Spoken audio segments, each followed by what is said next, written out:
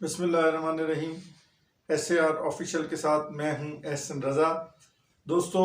इस वक्त पाकिस्तान में एक ऐसी कैफियत है जो कि हम बचपन से ये सुनते आए हैं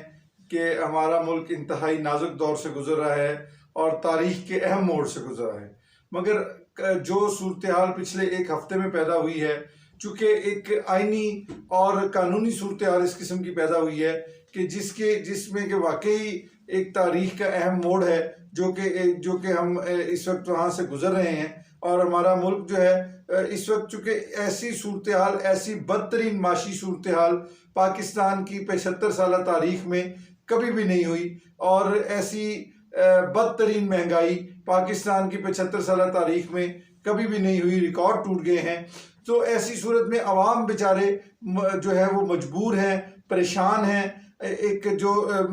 दरमियाना तबका जो है, जिसे मिडिल क्लास कहते हैं, जिसकी अक्सरियत है हमारे मुल्क में, वो आहिस्ता आहिस्ता ख़त्म होता जा रहा है और वो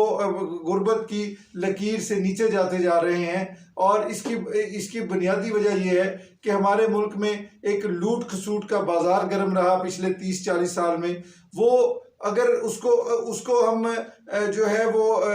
उसको सामने लाते हैं या कोई उसको सामने लाने की कोशिश करता है तो फिर कहा जाता है कि ये पॉलिटिकल पार्टीज को विक्टिमाइज किया जा रहा है, जब पॉलिटिकल पार्टीज को दरअसल वो विक्टिमाइज नहीं किया जा रहा। वो लोग हैं जिन्होंने चोरी की और चोरी करके अपना पैसा बाहर मुंतकिल कर दिया, और पैसा बाहर मुंतकिल करने का नतीजा ये हुआ कि जो कर्जे वो ट्रिलियंस ऑफ डॉलर जो है वो लेते रहे IMF से, दूसरे इदारों से। तो चूंकि वो कर्जा उसी सूरत में काम आ सकता है कि अगर वो जिस काम के लिए लिया जाए या जिस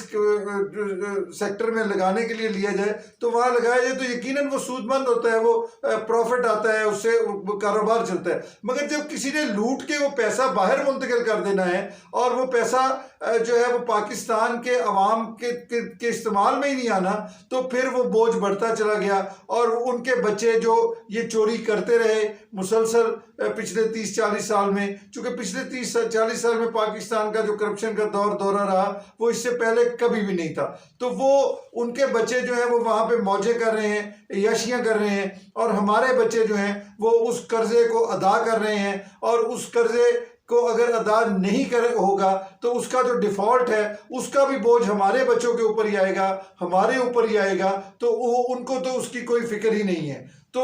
ये दरअसल अगर कोई पाकिस्तानियत की बात करता है, अपने मुल्क की बात करता है, तो उसे चंद शरपसंद अनासर और चंद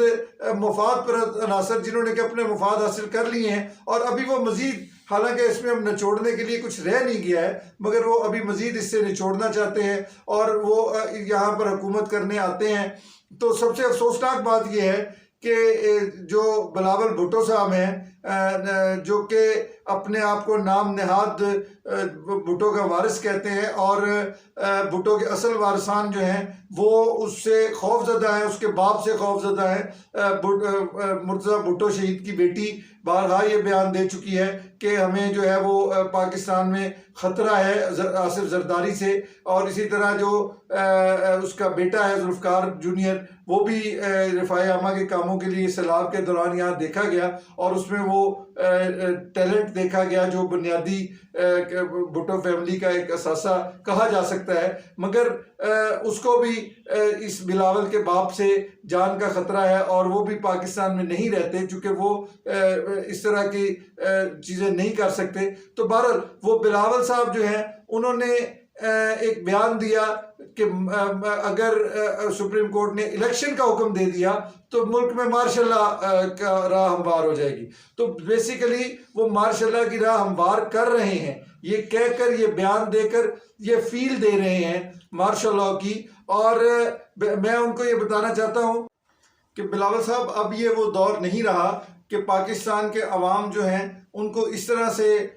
बुद्धू बनाया जा सके और एक माहौल मार्शल लॉ का आप बनाने की कोशिश कर रहे हैं। हमें पता है कि आपको आजकल कहाँ से हिमायत हासिल है, तो आप बेशक जितनी मर्जी हिमायत लेके आएँ, इलेक्शन होगा, और इलेक्शन जो है वो पाकिस्तान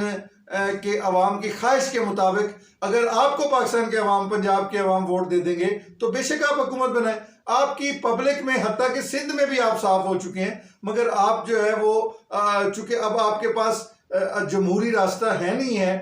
इक़्तिदार में आने का, तो अब आप लूट मार के लिए जो वो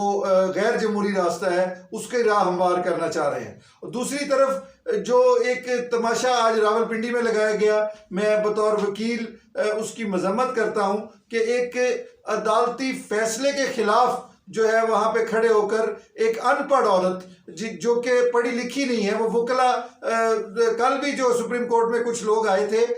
वो उनमें से एक दो वकील थे और बाकी काले कोट पहन के आए थे, और जब सुप्रीम कोर्ट में दाखिले के वक्त उनसे लाइसेंस मांगे गए तो वो अपने लाइसेंस दिखाने में नाकाम रहे, जिसकी वजह से उन्हें सुप्रीम कोर्ट के बाहर ही रोक दिया गया था। तो इसी तरह आज भी कुछ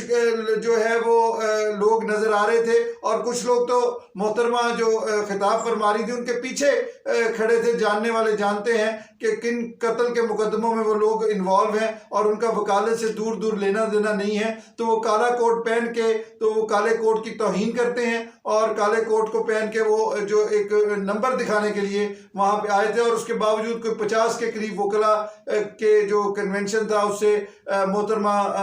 ने खिताब फरमाया, मरियम साहबा ने। और वहां पे आप देखें कि एक खातून जो कि पढ़ी लिखी ही नहीं है, वो कानून पे और सुप्रीम कोर्ट के वो जज साहिबान जो कि एक तरह से हर तरह का तजर्बा रखते हैं,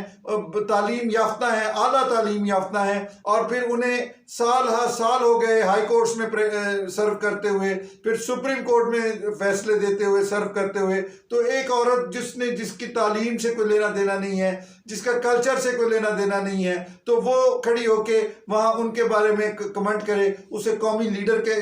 का दर्जा दिया जाए, या वो कहे कि मुझे कौमी लीडर का दर्जा दिया जाना चाहिए। अगर तुम्हें बहुत शौक है तो इलेक्शन में आओ, इलेक्शन में आके अगर वहाँ के लोग जो हैं कॉन्स्टिट्यूंसीज के लोग आपको वोट देते हैं तो आप बिल्कुल, आपका हक बनता है, बेशक आप कम तालीम याफ्ता हो, मगर अगर लोग देंगे तो जमहूरियत का तो यही है कि वो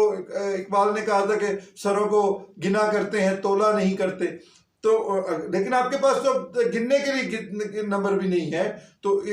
अगर है तो आप इलेक्शन में जाएं। अब देखिए, अफसोसनाक सूरत हाल ये है कि जमहूरी जमातें जो हैं वो कह रही हैं कि इलेक्शन ना करवाएं, इलेक्शन नहीं होने चाहिए। वो जैसे किसी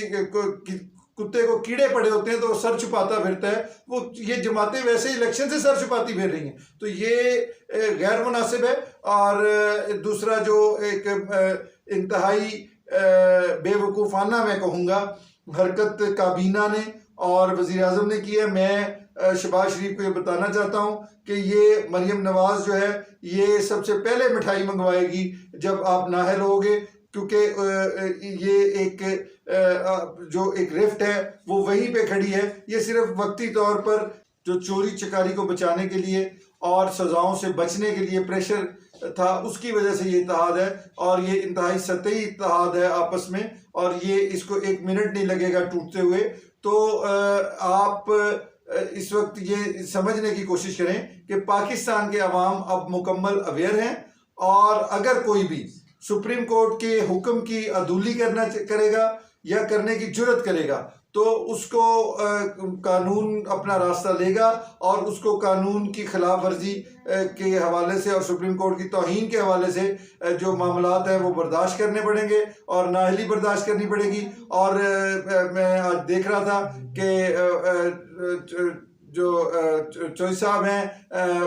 फवाद चौधरी साहब, उन्होंने भी कहा है कि वहाँ पे रेफरेंस दायर करेंगे जो वज़रा ने वहाँ शामिल होकर सुप्रीम कोर्ट के हुक्म अदूली का इरादा किया है, तो उनके हवाले से ये वाकई कंटेम्प्ट बनती है, और रूल ऑफ लॉ जो है वो इंशाल्लाह कायम होकर रहेगा। इस हवाले से मैं जो